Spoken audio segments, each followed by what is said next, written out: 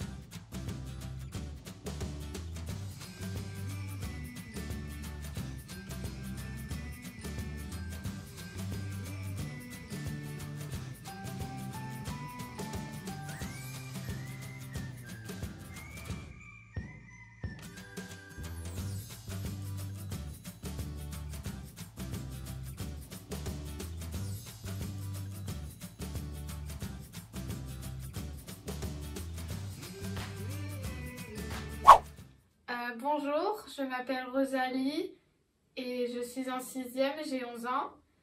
J'aime lire des romans d'aventure et des livres. J'ai bien aimé ce livre, Après nous les animaux, parce qu'il y avait des animaux, beaucoup d'animaux, et qu'on donnait des noms aux animaux.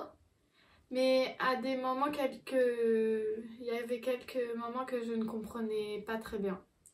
Et en quelques phrases, le début, c'est que toute l'espèce humaine a disparu et qu'il ne reste plus qu'une humaine sur un bateau avec plein d'animaux en cage. Et au fur et à mesure, elle va ouvrir les cages et il va se passer de l'aventure.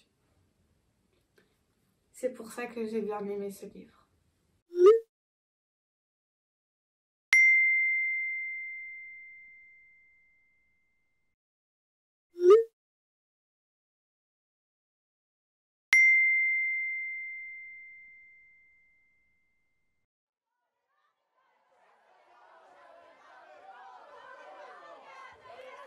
Lison est en colère. Son copain Mick vient d'être exclu du collège. C'est en suivant les traces de Louise Michel qu'elle trouvera le moyen de l'aider.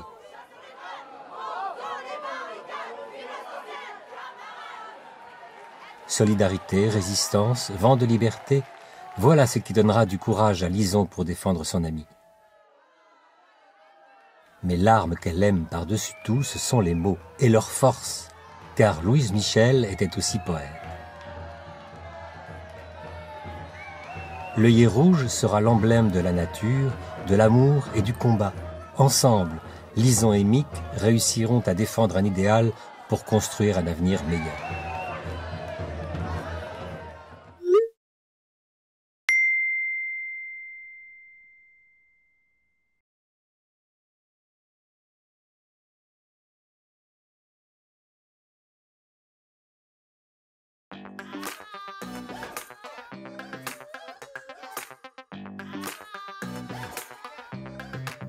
C'est un livre qui a la particularité d'être de très grande dimension, ce qui m'a permis de tout dessiner à taille réelle. Et il propose aussi à chaque page un seul et unique même cadrage. C'est un livre aussi qui parle du formidable espace de jeu qu'est un jardin et surtout de ce terrain d'observation et de contemplation fantastique. Et enfin, c'est un livre qui se demande en creux et à hauteur d'enfant d'où vient ce que l'on mange.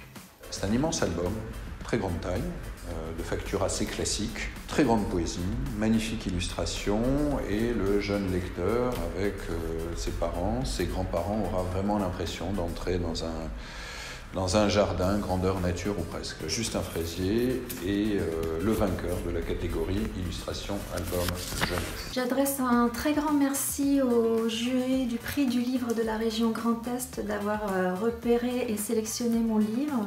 Ce prix vient comme un genre de réconfort après une année très compliquée pour les sorties de livres et les auteurs. Et j'espère que cette année nous permettra à tous de retourner à la rencontre de nos petits lecteurs. Un grand merci à vous.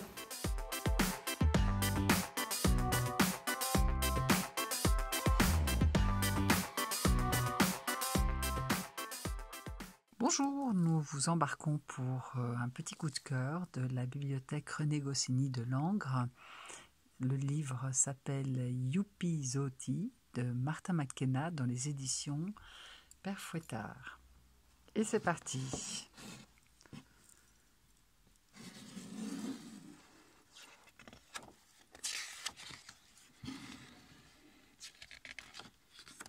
C'est un voyage scolaire au zoo.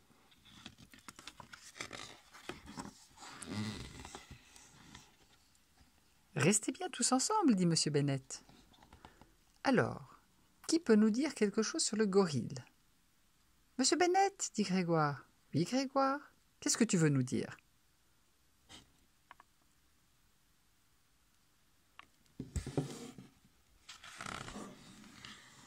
Le gorille veut jouer à cache-cache. C'est vrai, monsieur Bennett, il me l'a dit. 8, 9, 10, j'arrive. Alors, qui peut nous dire quelque chose sur le paresseux? Monsieur Bennett, dit Paye. Oui, Pei, qu'est-ce que tu veux nous dire?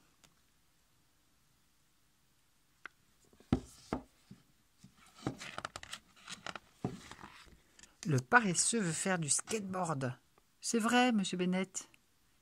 Il me l'a dit.